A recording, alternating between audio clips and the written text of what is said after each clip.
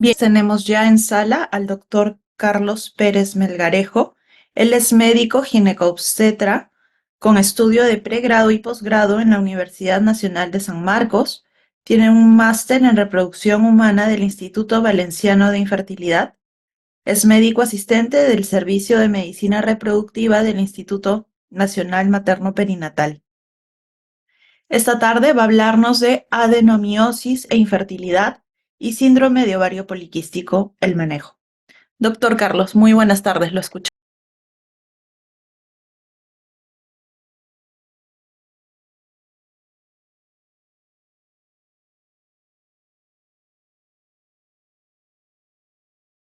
Buenas tardes con todos los presentes en este curso de medicina reproductiva. Hoy ya vamos a hablar acerca de dos temas bastante importantes. Vamos a hablar en primer término acerca de la adenomiosis y luego vamos a hablar acerca de síndrome de ovario poliquístico. En primer lugar, vamos a hablar acerca de adenomiosis, que en realidad, ahora que se ha difundido más en estos últimos eh, años el uso de todas las modalidades de imágenes, principalmente la ultrasonografía, pues cada vez nos encontramos con este cuadro, ¿no?, con mucho más frecuencia.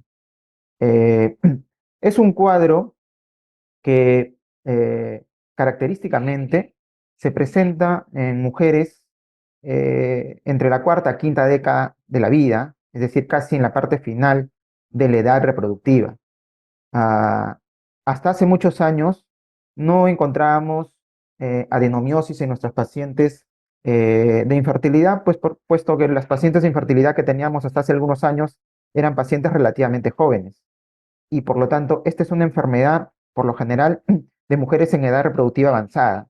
Pero como hemos estado teniendo un cambio en el perfil del paciente en la parte reproductiva, cada vez más tenemos pacientes que nos visitan con más de 40 años, con más de 40 años, a las consultas de infertilidad, y cada vez pues encontramos en esta paciente, aparte de su problema de fertilidad asociado, la presencia de la adenomiosis. Entonces, la adenomiosis es una enfermedad benigna, eh, es una enfermedad hormonodependiente, ¿no?, que tiene eh, dentro de sus características clínicas principalmente, se caracteriza por presencia de dolor, habitualmente un dolor pélvico crónico, y muchas veces sangrado vaginal abundante, principalmente dentro de sus periodos menstruales. Entonces, es una enfermedad ginecológica benigna, hormonodependiente, que se caracteriza por la existencia de glándulas y estrómenos endometriales en el espesor del miometrio, ¿no? Habitualmente el miometrio responde con una reacción hiperplásica, hipertrófica del mismo, ¿no? Que es lo que se evidencia característicamente en los estudios histopatológicos. La adenomiosis afecta entre el 20 al 35% de las mujeres en edad fértil, aunque en algunas series se habla de una prevalencia mucho mayor, ¿no?, que incluso puede llegar hasta un 70%. Habitualmente en los estudios histopatológicos de histerectomía, que se hacen por diferentes causas, se encuentra con bastante prevalencia la presencia de adenomiosis concomitante. Y es por eso que se podría decir que la enfermedad aparentemente es mucho más prevalente de la que se piensa, ¿no? Ah, y es así que incluso muchas pacientes pueden ser asintomáticas. Se dice que hasta una tercera parte de las pacientes que tienen adenomiosis pueden presentarse de manera asintomática y muchas veces ser operadas por otras causas u otros motivos y encontrarse la presencia de adenomiosis concomitante, por ejemplo, la presencia de miomatosis. Entre los factores predisponentes se hallan principalmente la multiparidad, la edad de la paciente, que como hemos dicho habitualmente es una paciente que tiene más de 40 años, y una característica muy importante que viene a ser la presencia o el antecedente de haber tenido cirugías uterinas previas. Pueden ser cesáreas, pueden ser miomectomías, e incluso pueden ser procedimientos como histeroscopías o legrados uterinos, ¿no? Entonces, existe algunos factores en donde pueden hacer que esta patología se presente. Característicamente se dice de que cuando existe una disrupción de la interfase miometrio-endometrial es cuando se puede producir esta enfermedad con mucha mayor frecuencia. De tal manera que cuando tenemos alguna intervención quirúrgica, un procedimiento quirúrgico en donde haya la presencia de una disrupción de esta unión miometrio-endometrial, es donde preponderaría esta enfermedad. En la patogenia, ¿qué tenemos? Bueno, en la patogenia diremos de que ¿no? Una característica de esta enfermedad es que existe una invaginación del endometrio sobre el miometrio subyacente, habitualmente a través de una zona de unión alterada o interrumpida, y la contribución del mecanismo de lesión y reparación tisular, ¿no? Eso quiere decir que, como habíamos mencionado, debe existir alguna zona de la unión miometrio-endometrial que está alterada. A partir de ahí, el endometrio, ¿no? Principalmente la capa basal, va a producirse una invaginación de esta, de tal manera que va a existir tejido endometrial, es decir, glándulas y estroma, a nivel del miometrio interno, y este miometrio va a responder con un proceso inflamatorio crónico. Este proceso inflamatorio crónico va a llevar finalmente a un estado de hiperplasia e hipertrofia de las células que rodean a este tejido endometrial, ¿no? Entonces, eso característicamente va a dar, por ejemplo, una de las características importantes que nosotros vemos en la ecografía de la adenomiosis, donde la adenomiosis tiene, pues, úteros aumentados de volumen, ¿no? Este útero aumentado de volumen se debe a que, pues, como habíamos dicho, existe un proceso inflamatorio crónico permanente sobre este útero, ¿no? Caracterizado por la liberación de ciertas sustancias proinflamatorias que van a producir una reacción del tejido circundante al endometrio ectópico, ¿no? Puede existir también la metaplasia de nuevo a partir de células embrionarias müllerianas pluripotenciales. También puede existir la presencia, o sea, la forma de una adenomiosis bajo esa modalidad, ¿no?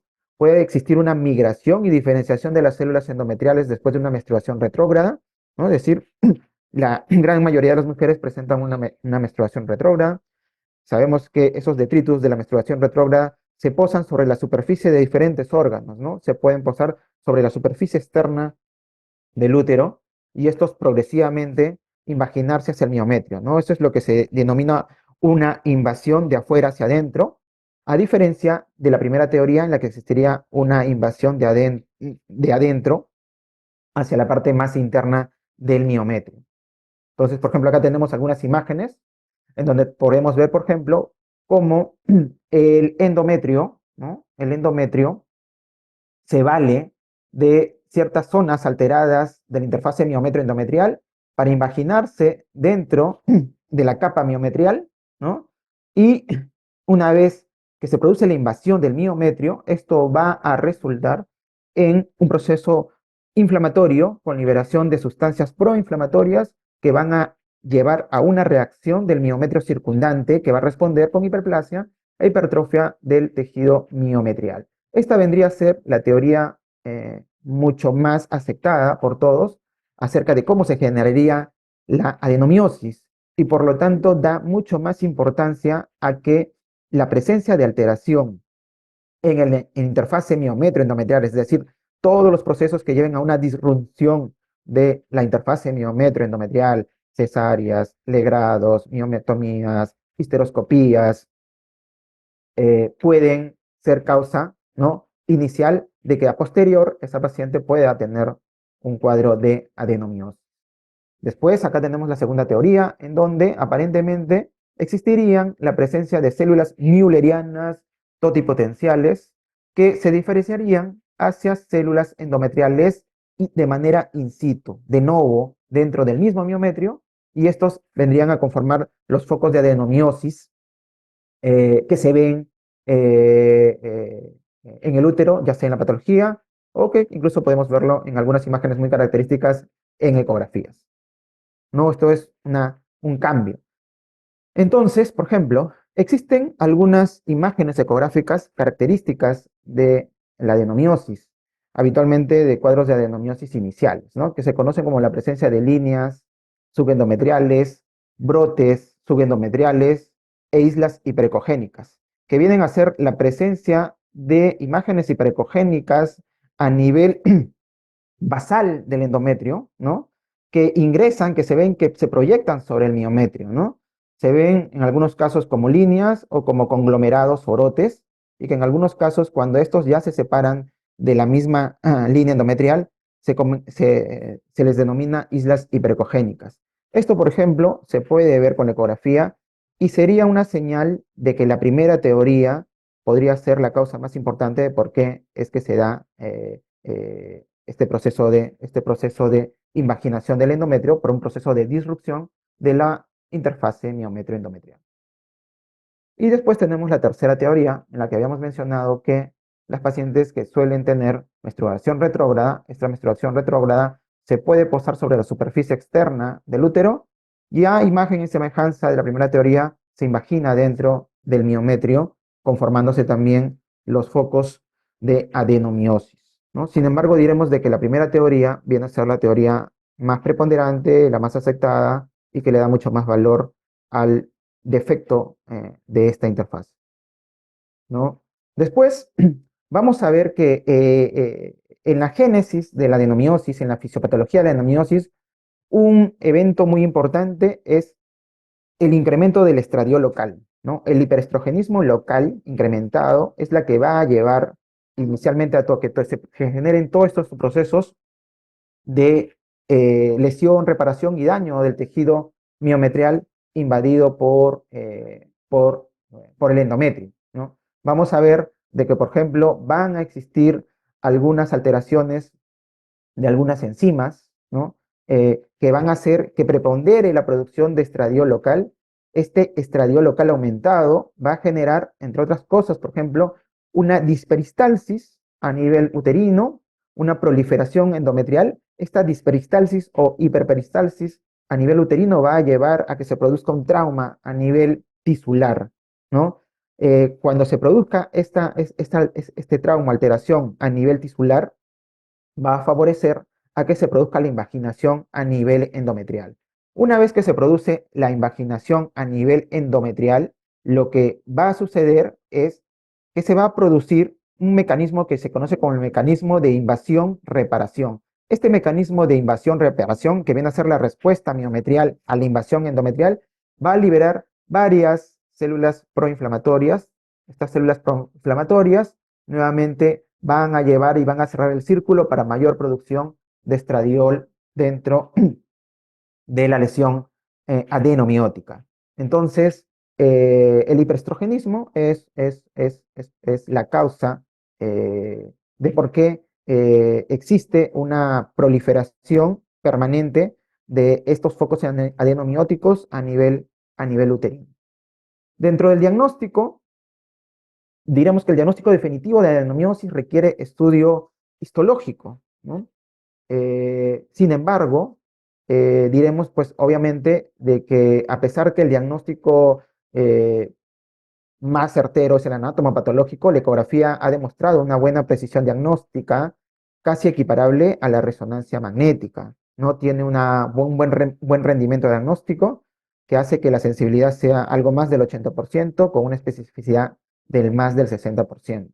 Ahora con los equipos que estamos teniendo cada vez con mayor frecuencia, con sondas de mayor frecuencia, la verdad es que cada vez nos encontramos con imágenes diagnósticas de adenomiosis, ¿no? O sea, la verdad es que lo encontramos con más frecuencia de la que nosotros creemos. Eh, eh, tal es así que en algunos casos, a veces cuando vienen pacientes por solamente controles y son pacientes asintomáticas, a veces decirle a esa paciente que tiene un cuadro de una adenomiosis por ecografía, hay veces puede ser incluso hasta un exceso, ¿no? Hay veces tratamos de explicar que la paciente puede tener la presencia de una adenomiosis diagnosticada por ecografía, pero que si se encuentra sintomática no existiría problema. De tal manera que a veces esta enfermedad, como les decía, puede tener una prevalencia mucho más alta de la que realmente se consideraría, ¿no? En el año 2015 apareció este documento de consenso, ¿no? Del mismo grupo IOTA, o sea, los integrantes que conformaron el grupo IOTA, y básicamente fue un documento de consenso para determinar cómo es que hay que describir las lesiones patológicas miometrales, y a este consenso se le conoció como el consenso MUSA. Este consenso MUSA evalúa patología miometrial, y dentro de la patología miometrial, una de ellas es la adenomiosis, ¿no? Y la va a dividir en múltiples patrones ecográficos. En realidad, para adenomiosis existe una gran cantidad de patrones ecográficos, pero estos son los más resaltantes, ¿no? Ellos dicen, por ejemplo, de que una característica de la adenomiosis es, por ejemplo, que el útero tiene un patrón característicamente aumentado de volumen en un patrón de tipo globular, ¿no? Puede ser un tipo de adenomiosis, solamente un incremento de volumen uterino, de manera global, de manera general, ¿no? Otro patrón característico viene a ser el engrosamiento asimétrico de las paredes, en donde preponderantemente siempre vemos que la pared posterior es la que más se compromete. La presencia de quistes miometriales es otro de los patrones ecográficos. Estos quistes miometriales pueden ser varios quistes miometriales agrupados o incluso puede ser un quiste único, ¿no? Después tenemos la presencia de islas hiperecogénicas, que vienen a ser lesiones hiperecogénicas que se proyectan por debajo de la línea endometrial y que en un inicio empiezan, hay veces, como pequeñas líneas subendometriales o conglomerados subendometriales. Después tenemos un patrón también muy típico de endometriosis, que es el patrón ensombreado en forma de abanico, eh, eh, un patrón, digamos, muy característico de adenomiosis. Podemos tener la presencia de vascularidad que característicamente, para diferenciarlo, por ejemplo, de los miomas, es una vascularidad más central, es una vascularidad de tipo translesional.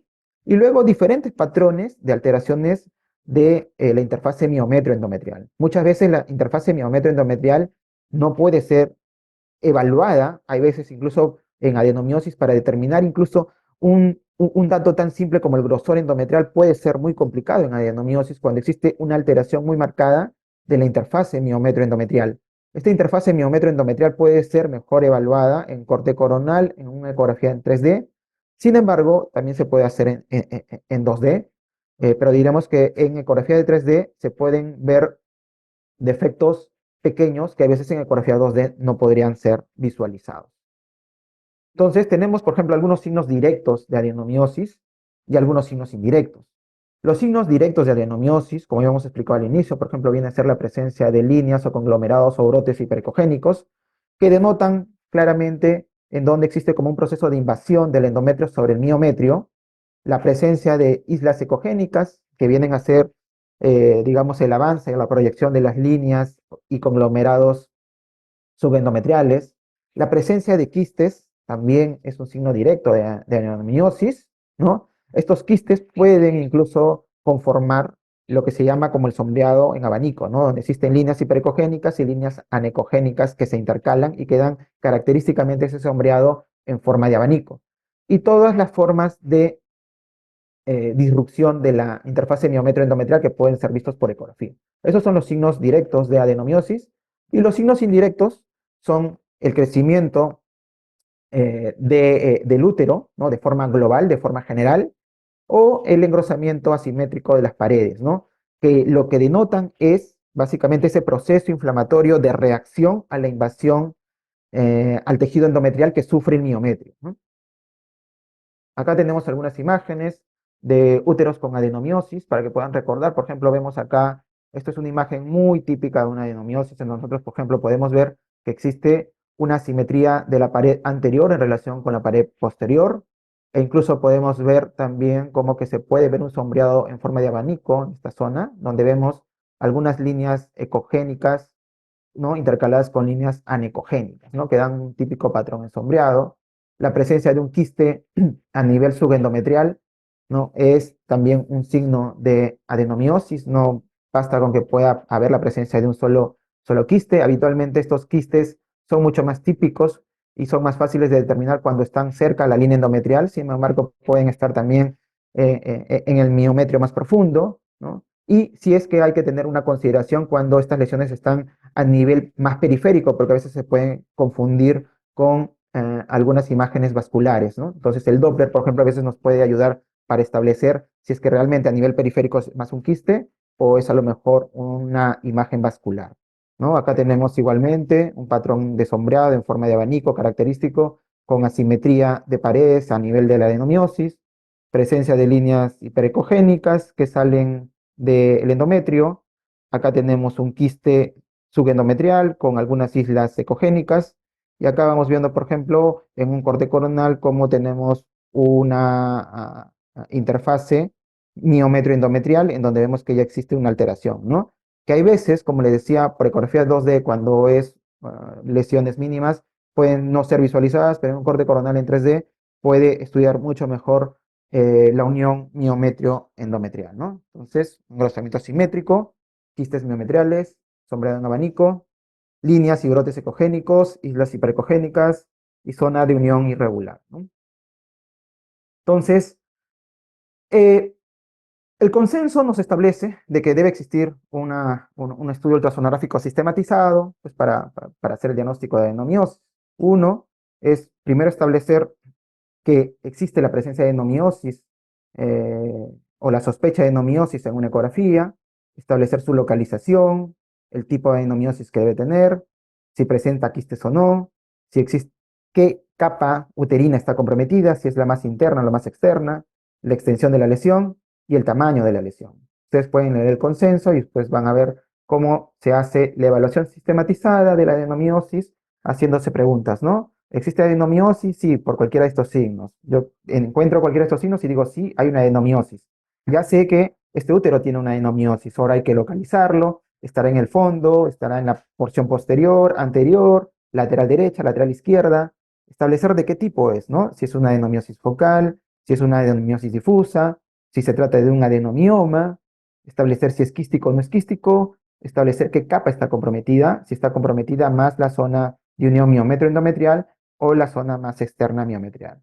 La extensión, que es más o menos un poquito arbitraria, pero que se caracteriza cuando es leve, menos del 25% del útero tomado, entre 25 a 50 moderado y más del 50% del útero tomado, sería severo, ¿no? Y establecer el tamaño en el caso de que exista adenomiosis focal, ¿no? Entonces, esto es más o menos una forma sistematizada de estudiar y finalmente que nos sirve para describir y establecer un diagnóstico más preciso de adenomiosis. Entonces, acá tenemos igual nuevamente la presencia de algunas imágenes de adenomiosis, ¿no? Como ustedes pueden ver. Entonces, ya sabemos entonces qué es la adenomiosis, cómo es que se diagnostica, cuál es la fisiopatología, que existe incluso un consenso que nos puede ayudar a precisar un poco más el diagnóstico por ultrasonografía. Entonces ahora vamos a la parte de qué hay en relación a adenomiosis y reproducción. Como ya hemos dicho, la adenomiosis tiene un cuadro clínico característico, ¿no? Es habitualmente una mujer en edad reproductiva, de edad avanzada, es decir, en el extremo casi los últimos años de su edad reproductiva, habitualmente mujer de 40 años, que puede caracterizarse por algunos cuadros clínicos. Algunos cuadros clínicos están representados por dolor pélvico crónico, algunos cuadros clínicos están caracterizados por hemorragia uterina normal, y en otros casos, aunque esto sigue siendo aún muy controversial, puede estar relacionado con problemas reproductivos, problemas de infertilidad y malos resultados reproductivos. Es decir, la paciente puede salir embarazada, pero puede tener mayor tasa de aborto, mayor tasa de parto pretérmino u otras complicaciones más. Sin embargo, debido a que la adenomiosis también, en su mayoría, al estar presente en mujeres por encima de 40 años, estas mujeres suelen tener también otras patologías asociadas de manera concomitante. Encontramos con mucha frecuencia la asociación de adenomiosis con miomatosis, que puede ser en algunos casos de hasta un 50%. Muchas de estas mujeres mayores de 40 años pues van a tener otros tipos diferentes de problemas, ¿no? Reservas ováricas bajas, problemas hormonales, que van a llevar también a estos problemas de infertilidad y problemas reproductivos, y por lo tanto suele ser en algunos casos difícil establecer si la adenomiosis real como tal es la causa del problema. Y es por eso que no existe una evidencia contundente para decir que sí, la adenomiosis es estrictamente, si está presente, es el problema que va a generar los problemas de infertilidad. Porque incluso habíamos mencionado desde que hasta un tercio de las pacientes que pueden tener una imagen de adenomiosis evidente a la ecografía suelen ser pacientes asintomáticas y que por lo tanto no reciben ningún tipo de tratamiento, hacen la vida Disculpe que normal, lo ¿sí? interrumpa. ¿Sí? Creo que no están avanzando sus diapositivas. Ah, ya, sí, sí, Sí, sí, sí. sí. Me pareció, disculpe. Ya. Entonces, la adenomiosis, sobre todo en los casos más graves, se ha asociado a infertilidad. No es una causa establecida, causa-efecto, pero está asociada, ¿no? Como hemos dicho, a infertilidad, abortos y algunos malos resultados reproductivos, ¿no? Como puede ser parto pretérmino, en algunos casos incluso problemas de crecimiento y también incluso trastornos hipertensivos del embarazo. Como causa de infertilidad ¿no? se postula, ¿no? Se sugiere que la adenomiosis puede producir alteraciones en la peristalsis uterina y una disminución de la resectividad endometrial, ¿no? Acá tenemos, por ejemplo, un estudio de corte transversal para evaluar, por ejemplo, la prevalencia de adenomiosis en un gran número de pacientes, como ustedes pueden ver, en donde vemos cómo prevalentemente la enfermedad es mucho más prevalente por encima de más de 40 años. Por ejemplo, en este estudio, la prevalencia en mujeres de más de 40 años era de casi el 30%, ¿no? eh, Vemos como, por ejemplo, cómo la adenomiosis está relacionada con algunos malos resultados reproductivos, como por ejemplo aborto recurrente y falla en los tratamientos de reproducción asistida. Entonces, existen estudios que nos dicen que sí, que la adenomiosis está asociado con problemas de infertilidad. Aunque no es una relación de causa-efecto directa, existe esa asociación, ¿no? Entonces, ¿cuáles pueden ser los mecanismos propuestos? Uno, como hemos dicho, una alteración en la peristalsis uterina, lo cual va a llevar a un transporte útero-tubárico anormal, ¿no? Este transporte útero-tubárico anormal por una alteración en la actividad uterina, en la peristalsis uterina, va a llevar a una distorsión de la cavidad uterina, ¿no? Y la alteración de la función y la receptividad endometrial, ¿no? Vamos a ver un metabolismo endometrial aberrante, estrés oxidativo, que va a llevar a un deterioro de la implantación, ¿no? Entonces, por ejemplo, se ha visto de que el hiperestrogenismo local va a llevar a una alteración de la arquitectura uterina y a una alteración de la peristalsis, ¿no? Una peristalsis anormal. Esto va a llevar a que se produzca una alteración del transporte útero-tubárico anormal. Al producirse una alteración del transporte útero-tubárico anormal, por ejemplo, de los espermatozoides, va a comprometer, en este caso, el proceso de fecundación. Si es que aún se llevara el proceso de fecundación a estas pacientes con adenomiosis, al existir moléculas de expresión, de adhesión, va a llevar a una alteración de la receptividad endometrial. Entonces, este es un segundo fenómeno por el cual estas pacientes pudieran tener problemas de infertilidad. Entonces, por ejemplo, altera la fecundación, pero si es que la fecundación puede ser dada, también está relacionada con una alteración de la implantación, ¿no? Porque existe una alteración de la receptividad endometrial, porque existe una ausencia de expresión de genes que tienen que ver con la receptividad endometrial, como por ejemplo el gen OXA10. Entonces acá vemos, por ejemplo, cómo la presencia de un hiperestrogenismo total local va a llevar a una alteración en la peristalsis uterina. Esto nos va a llevar a lo que llamamos el fenómeno de injuria-reparación, que va a dar característicamente el proceso proinflamatorio que va a llevar a la adenomiosis. Esto, asimismo, también, como ya hemos dicho, esta alteración de la cavidad uterina en su forma, en su función, va a llevar a una alteración del transporte de los gametos, que lo que finalmente va a dar es que va a alterar la fecundación. Asimismo, va a haber un incremento de la producción de células y moléculas proinflamatorias y una disminución de la expresión de moléculas que tienen que ver con el proceso de adhesión del embrión a nivel endometrial. Por lo tanto, va a haber una falla en el fenómeno de implantación.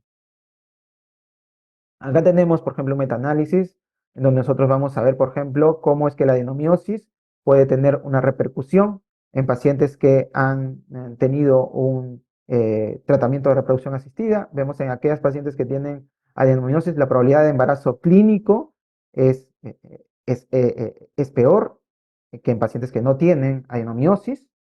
Vemos cómo el riesgo de aborto es mayor en pacientes que tienen adenomiosis en comparación a aquellas que no la tienen.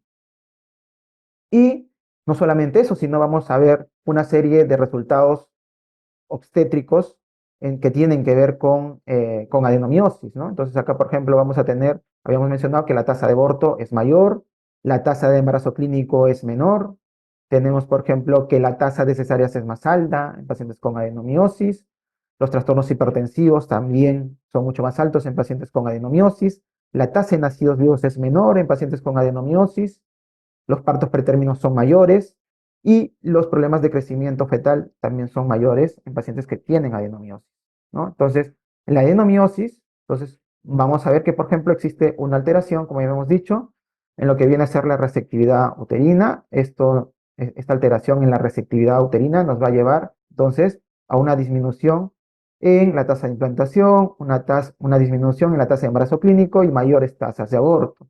Sin embargo, también vamos a tener alteraciones en lo que viene a ser la placentación, en el desarrollo fetal y el nacimiento, porque vamos a tener una menor tasa de nacidos vivos, unos mayores problemas de trastornos hipertensivos, parto pretérmino, problemas de crecimiento y mayores tasas de cesárea en este grupo de pacientes.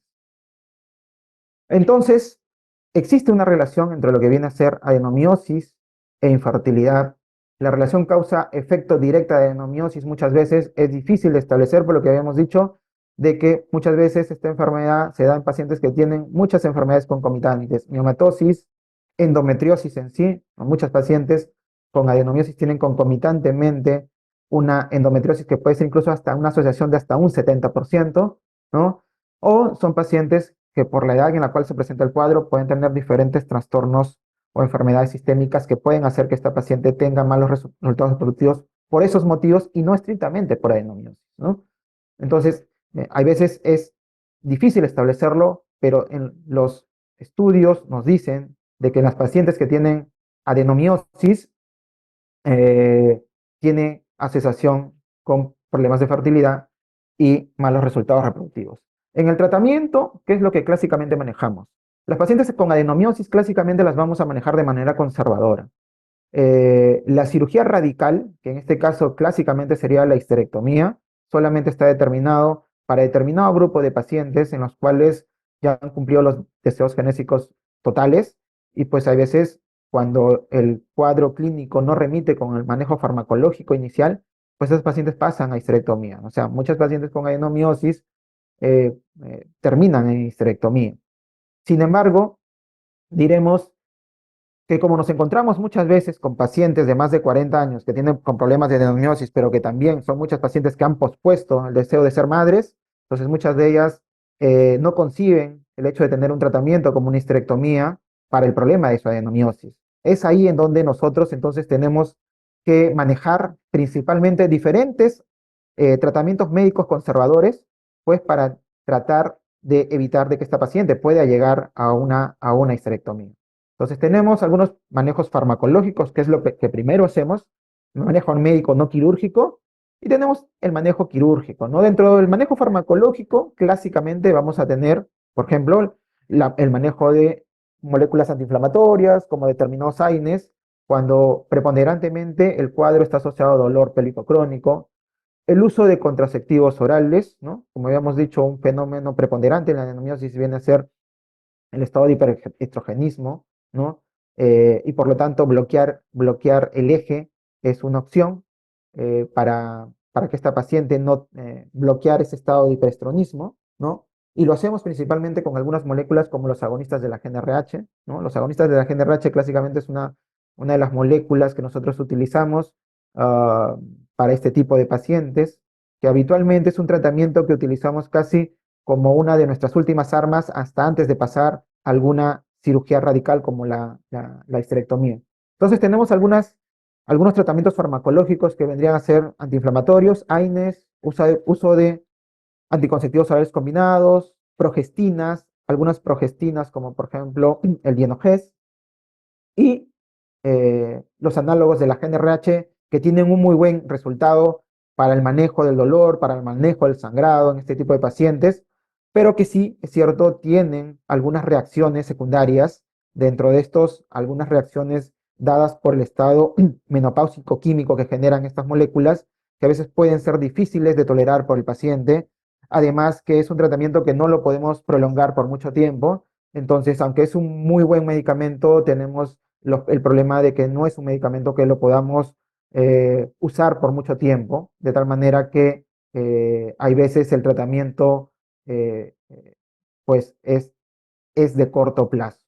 Y después vamos a tener varios tratamientos quirúrgicos, algunos solamente en estudios que no se han realizado a gran escala, ¿no? En donde tenemos, por ejemplo, una serie de procesos de ablación miometrial, ¿no? Tratando de, en este caso, destruir los focos de adenomiosis a nivel miometrial. Tenemos las cirugías conservadoras de la adenomiosis, especialmente cuando es una adenomiosis de tipo focal, y la cirugía de la histerectomía, que vendría a ser la cirugía más radical a esta patología.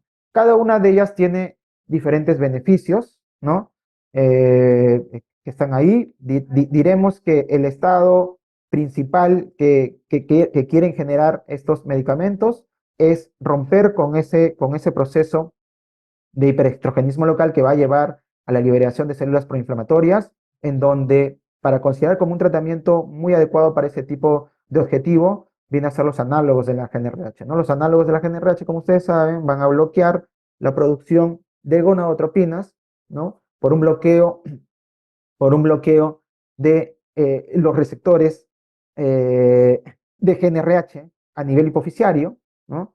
Y por lo tanto, al final va a haber una regulación a la baja de los receptores a nivel hipofisiario, y eso va a hacer que ya no haya efecto de la GnRH a nivel hipofisiario, haya una disminución de las gonadotropinas y por lo tanto un estado de hipoestrogenismo que va a llevar a un estado de menopausia química, ¿no? Acá, por ejemplo, tenemos cómo incluso el uso de medicamentos como los análogos, ¿no? Acá ven, por ejemplo, la presencia de una regulación a la baja de la hipófisis a largo plazo, dado por uso de gonadotropinas en los tratamientos de reproducción.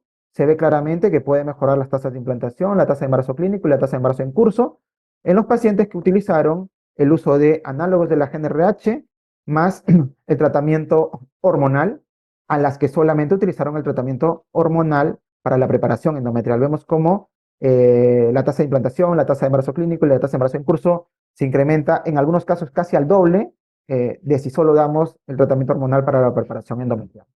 Entonces, los análogos es una muy buena opción, es un protocolo que, por ejemplo, muchos utilizamos en tratamientos principalmente para manejo de pacientes con alta complejidad. Después existe la escuela japonesa, en donde también se propugna en algunos casos hacer tratamientos quirúrgicos conservadores, principalmente para procesos de adenomiosis focal. Eh, Diríamos de que en realidad no es la primera opción. Creo que esto está seleccionado principalmente para determinados grupos de pacientes, probablemente pacientes que hayan tenido poco control de la enfermedad con el tratamiento médico, ¿no? Y que esta sea, pues, probablemente una de las últimas opciones antes de pasar a la histerectomía. O sea, no es habitualmente un tratamiento que se ofrezca de primera línea cuando una paciente tiene un cuadro de adenomiosis, ¿no? Entonces, y que también es un proceso quirúrgico que suele ser difícil de realizar, que tiene una curva de aprendizaje bastante grande y de tal manera que no es, digamos, una opción quirúrgica que lo pueden hacer todos los centros de manera universal. Sin embargo, sí existen algunos centros que hacen el manejo quirúrgico conservador con determinadas técnicas de reparación de el miometrio de pacientes que tienen adenomiosis. Entonces, para terminar en la exposición diremos de que la adenomiosis es una enfermedad altamente prevalente, ¿no? El mayor porcentaje se encuentra en mujeres mayores a 40 años, muchas de ellas aún con deseos genéticos a futuro, como habíamos dicho, por este cambio del perfil de pacientes que ahora nos vemos más con infertilidad, de tal manera que ustedes mismos ahora, si es que se dedican a infertilidad o a ginecología, cada vez van a ir viendo más pacientes mayores que buscan tratamientos de fertilidad. Y como la adenomiosis es una enfermedad altamente prevalente, entonces muchas veces van a tener la presencia de esta enfermedad asociada a su proceso, a su problema de infertilidad de este paciente. Y ahí es importante tomar la decisión si realmente esta adenomiosis es un problema, ¿no?, que justifica el problema de infertilidad o que por lo tanto está produciendo algún problema y que debe ser tratado específicamente para mejorar su problema de fertilidad. Como habíamos mencionado, la teoría más aceptada en su origen es la imaginación del endometrio en el miometrio, debido a una alteración en la zona de unión. Esta alteración, que como habíamos dicho, esta disrupción, se debe a diferentes situaciones. Una de las situaciones que tiene mucho más relación son la presencia de cirugías o procedimientos intrauterinos, ¿no? Está asociada a infertilidad y malos resultados reproductivos, aunque, como hemos dicho, no es una relación de causa-efecto directa, pero sí podríamos decir que es un proceso de asociación. No existe un tratamiento conservador definitivo, se debe iniciar con tratamiento médico, reservando el tratamiento quirúrgico solamente para casos muy, muy específicos, ¿no? Tal vez para casos en los cuales el tratamiento médico ha fallado y es una paciente que no permite hacer una cirugía radical.